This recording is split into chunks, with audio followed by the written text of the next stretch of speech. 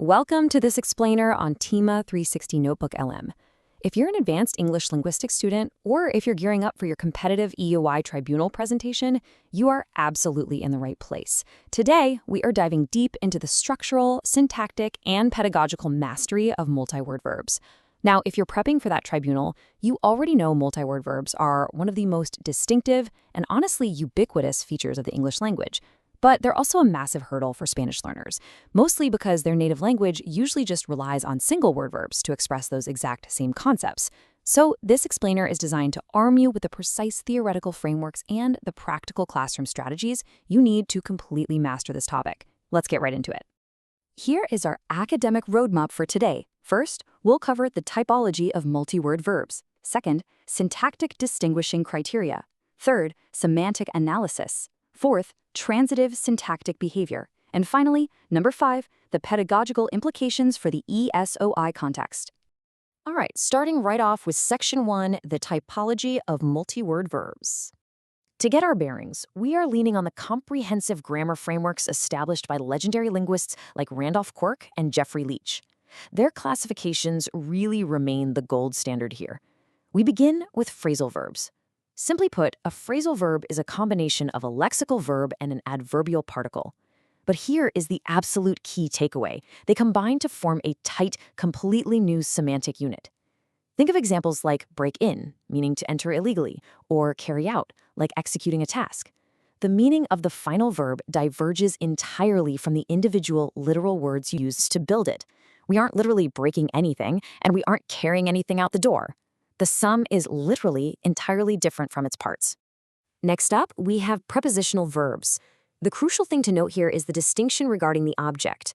In a prepositional verb, you have a verb followed by a preposition, sure, but that preposition forms a really tight link with the noun phrase that follows it, rather than just clinging to the verb itself. A classic example would be to glance through an article or to take after your father.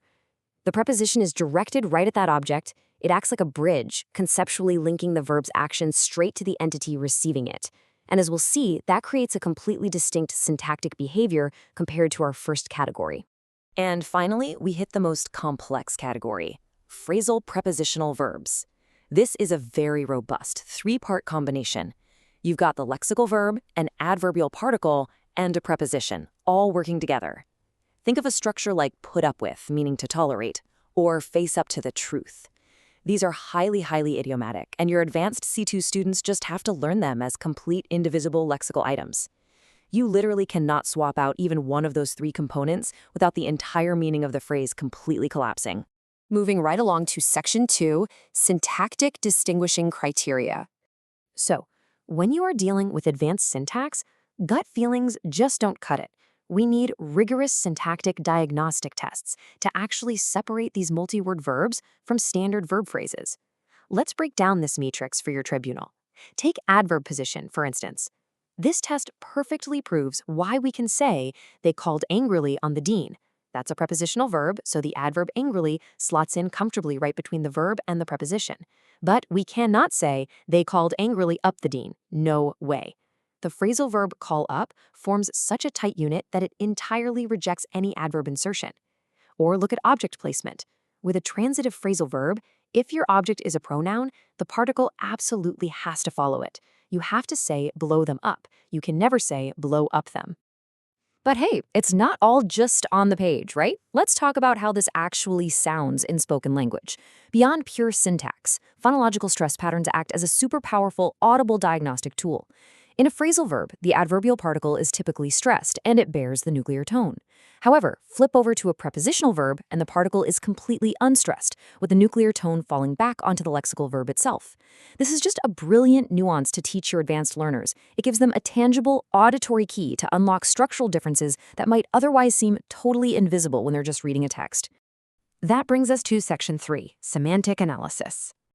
There is this absolutely fascinating divide between literal phrases and metaphorical extensions when we analyze how meaning diverges from the individual parts.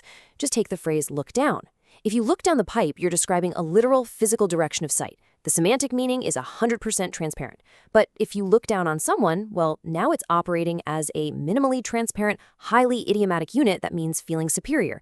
So context completely dictates whether the structure is literal or if it's functioning as a cohesive, metaphorical multi-word verb. Academically speaking, we can actually map this out onto a transparency spectrum with 3 distinct levels. First, you have highly transparent. This is where the overall meaning is directly deducible from its parts. Think, break into a house, meaning forced entry. Second, you have partially transparent. This contains a clear metaphorical link back to the original literal meaning, like if you break into a rash. And third, you have minimally transparent, or idiomatic, where the meaning is entirely figurative. Imagine a horse that broke into a trot. There is 0 physical breaking happening there, right? It's a totally abstract shift in meaning, which requires the learner to process the whole phrase as a single opaque vocabulary item. Let's shift gears to Section 4, Transitive Syntactic Behavior.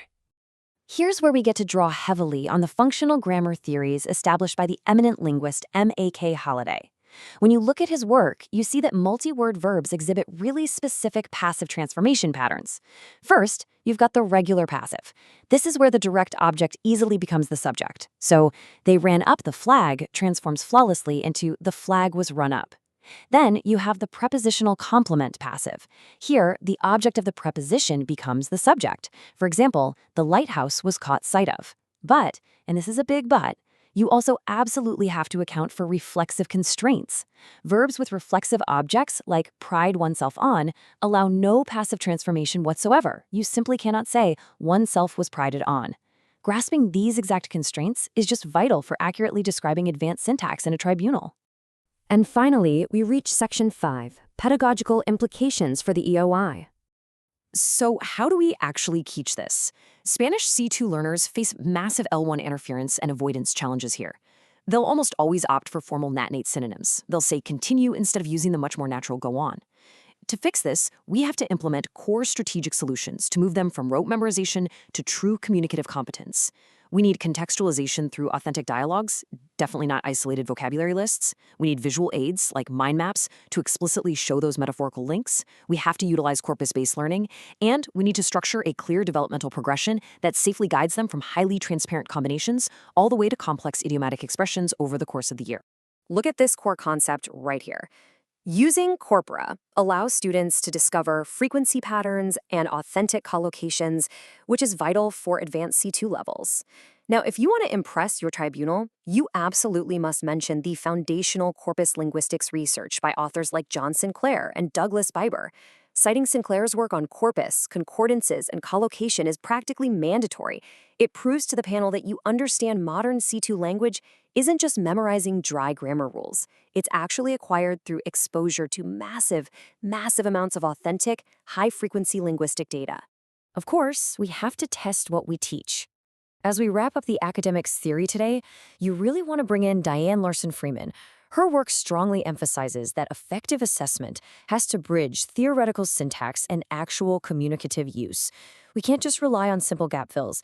Assessment must evaluate dynamically productive, free use across a variety of registers. Can your student distinguish when they should say postpone versus put off, depending on exactly who they are speaking to and the formality of the situation? Because that specific level of nuance, that is the true hallmark of C2 mastery. I want to leave you with one final, provocative question to chew on. As a future EOI instructor, how will you bridge the gap between complex syntactic theory and practical communicative fluency for your C2 learners? Multi-word verbs are literally a cornerstone of English linguistic identity. Your ultimate job is to make them accessible, understandable, and a completely natural part of your students' everyday vocabulary.